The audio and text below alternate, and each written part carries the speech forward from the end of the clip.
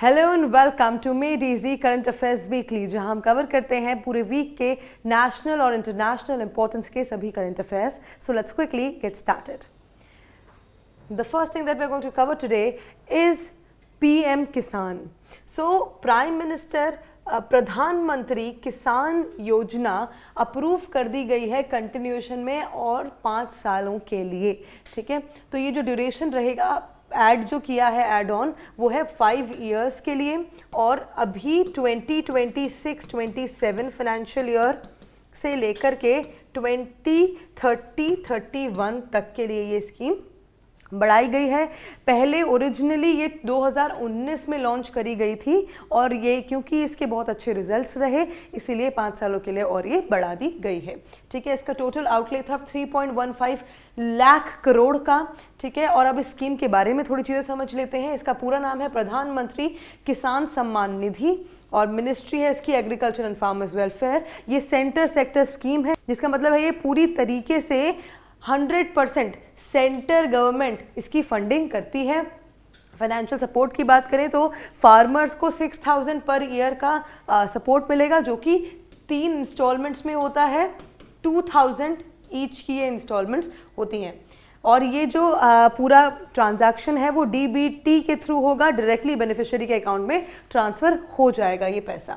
ठीक है, आप इसकी रिसेंट हाइलाइट्स देख लेते हैं. 23 इंस्टॉलमेंट्स उसकी ऑलरेडी रिलीज कर दी गई है और 4.4 लाख करोड़ पैसे ट्रांसफ़र कर दिए गए हैं थ्रू डीबीटी. 23rd इंस्टॉलमेंट जो है उससे 9.49 करोड़ फार्मर्स ने बेनिफिट किया है और 18,984 करोड़ रिलीज कर दिए गए हैं 23 इंस्टॉलमेंट्स में.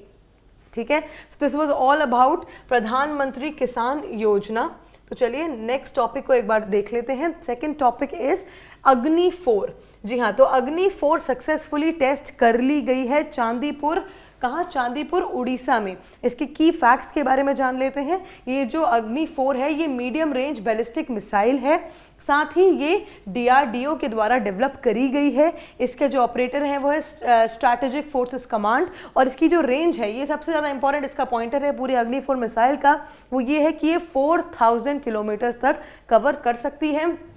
साथ ही 2 स्टेज सॉलिड फ्यूल प्रोपल्शन है इसका और रोड मोबाइल प्लेटफॉर्म से ये लॉन्च करी जा सकती है. पेलोड है इसका 1000 kgs का. टेक्नोलॉजी की अगर हम बात करें तो ring laser gyro based inertial navigation system है और ये सपोर्ट करी गई है माइक्रो नेविगेशन सिस्टम के द्वारा. CEP इसका लेस देन 100 मीटर्स है. और क्यों ये अग्नि 4 मिसाइल इंपॉर्टेंट है, देखिए स्ट्रेंथन करती है इंडिया की स्ट्रैटेजिक डेटरेंस को और दिखाती है कि indigenous missiles and guidance technology कितना आगे बढ़ रही है. इंडिजिनियस मिसाइल्स वो मिसाइल्स होती हैं जिनका मोस्ट ऑफ द पार्ट्स उनके इंडिया में बने होते हैं. ठीक है, तो ये जो इंडिजिनियस मिसाइल्स होती हैं ये कुछ इनिशिएटिव्स जो हमारे इंडिया में चल रहे हैं उनको स्ट्रेंथन करती हैं. जैसे कि आत्मनिर्भर भारत, आपने सुना होगा. इंडिपेंडेंट इंडिया मतलब हम किसी भी दूसरी कंट्री पे डिपेंडेंट ना हो डिफेंस के सेक्टर में. और साथ ही 2047 तक विकसित भारत. अब देखिए ये आत्मनिर्भर भारत और विकसित भारत एक दूसरे से बहुत ज़्यादा इंटरलिंक्ड है क्योंकि जब हम इंडिपेंडेंट बनेंगे आत्मनिर्भर बनेंगे तभी हम 2047 तक विकसित भारत का सपना देख सकते हैं. ठीक है, moving forward to the third topic. तीसरे टॉपिक की अगर हम बात करें तो थर्ड टॉपिक है 23rd कॉमनवेल्थ गेम्स 2026. तो ठीक ये न्यूज़ में इसलिए रहा है क्योंकि 23rd कॉमनवेल्थ गेम्स शुरू हो चुके हैं ग्लासगो स्कॉटलैंड में और इनके बारे में कुछ चीज़ समझ लेते हैं. इंटरनेशनल मल्टी स्पोर्ट इवेंट है ये जो कॉमनवेल्थ नेशंस और टेरिटरीज को इन्वॉल्व करते हैं. सबसे पहले ये 1930 में हुए थे और इसका जो फर्स्ट वेन्यू था वो कहाँ पर था? हैमिल्टन कनाडा में इसका फर्स्ट वेन्यू था. ओरिजिनली ये ब्रिटिश एम्पायर गेम्स के नाम से भी जाने जाते हैं. साथ ही इंडिया एंड कॉमनवेल्थ गेम्स का अगर हम रिलेशन देखें तो इंडिया ने सबसे पहले कॉमनवेल्थ गेम्स को होस्ट किया था 2010 में न्यू दिल्ली में और उसके बाद अहमदाबाद गुजरात. अब 2030 का जो एडिशन है 2030 का कॉमनवेल्थ गेम्स का एडिशन है वो गुजरात में अहमदाबाद में हम लॉन्च करने वाले हैं, होस्ट करने वाले हैं. अब इसके क्विक फैक्ट्स के बारे में कुछ चीज़ समझ लेते हैं. कॉमनवेल्थ गेम्स 56 सोवरेन कंट्रीज को इन्वॉल्व करता है. साथ ही जो गेम्स हैं वो इन्वॉल्व करते हैं 71 नेशंस और टेरिटरीज के एथलीट्स को. Moving forward, let's talk about the next topic, that is दिशा 2.0। तो ये जो दिशा 2.0 है इसके बारे में बात कर लेते हैं।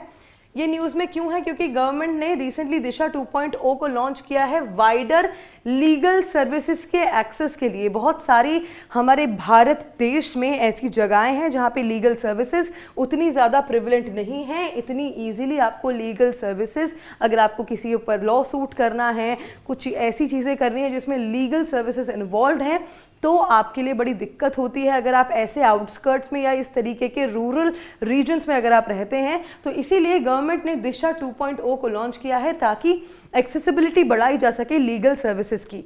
ठीक है, इसकी फुल फॉर्म है designing innovative solutions for holistic access to justice. इसके की फैक्ट समझ लेते हैं।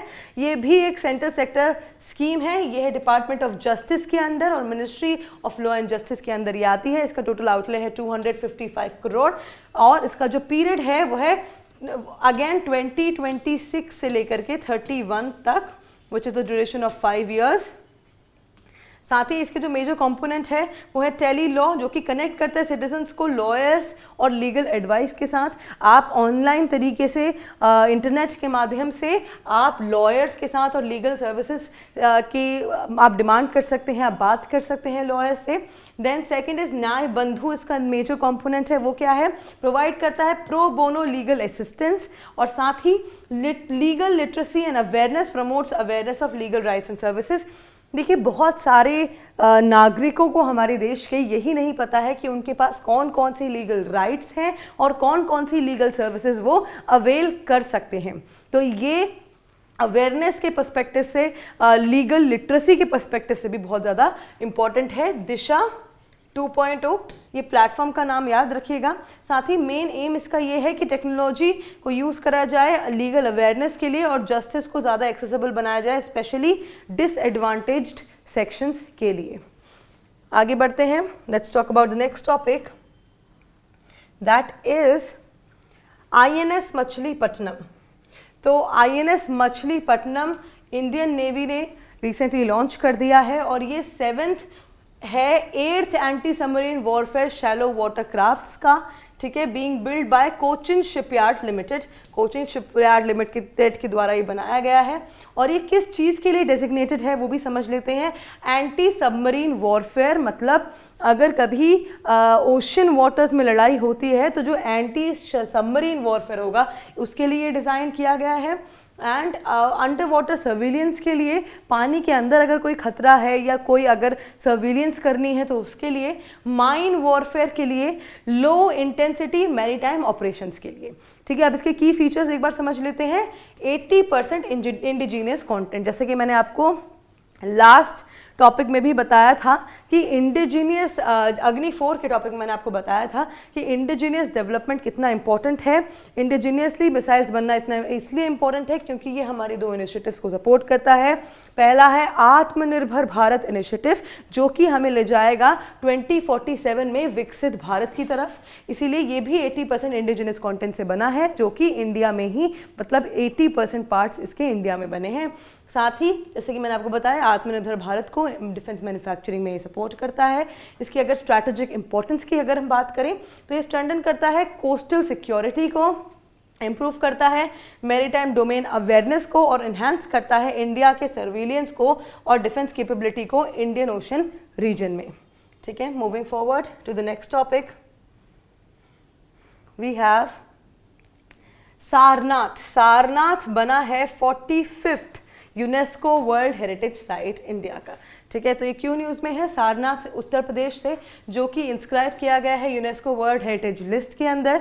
यूनेस्को ने ये डिसीजन लिया कब? 48th world heritage committee session, जो कि बुसान साउथ कोरिया में हो रहा था, उसमें, उस पूरी समिट में ये कमेटी का जो सेशन था उसमें ये डिसीजन लिया गया। साथ ही सारनाथ क्यों इंपॉर्टेंट है? ये लोकेटेड है वाराणसी उत्तर प्रदेश में, इसीलिए बहुत ज़्यादा इंपॉर्टेंट है। One of the 4 major Buddhist pilgrimage sites. तो जो बुद्धिस्ट पिलग्रिमेज साइट्स हैं 4, उनमें से एक मेजर साइट है सारनाथ। साथ ही अगर हम बात करें, Buddha delivered his first sermon here after attaining enlightenment. जब गौतम बुद्धा को एनलाइटनमेंट हुआ था उसके बाद इन्होंने पहला जो सेशन लिया था यहाँ पे लिया था।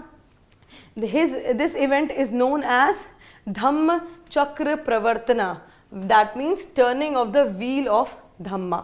ठीक है, अब इसके की मॉन्यूमेंट्स की अगर हम बात करें तो धम्मेक स्तूपा, चौकंडी स्तूपा एंड अशोकन पिलर, ये 4 पिलग्रिमेज साइट के 3 ये हैं and 4th is Sarnath. So this was the whole week's current affairs. ठीक है, I have covered all the topics as quickly as possible. जितना भी important की फैक्ट्स थे मैं आपको ऑलरेडी दे चुकी हूँ इन सारे टॉपिक्स के बारे में. एंड अब आप मुझे बताइए कि कॉमनवेल्थ गेम्स सबसे पहले कब शुरू हुए थे और कहाँ हुए थे in the comment section below. And that is it for today. I will see you another deep dive video. Until then bye bye, take care.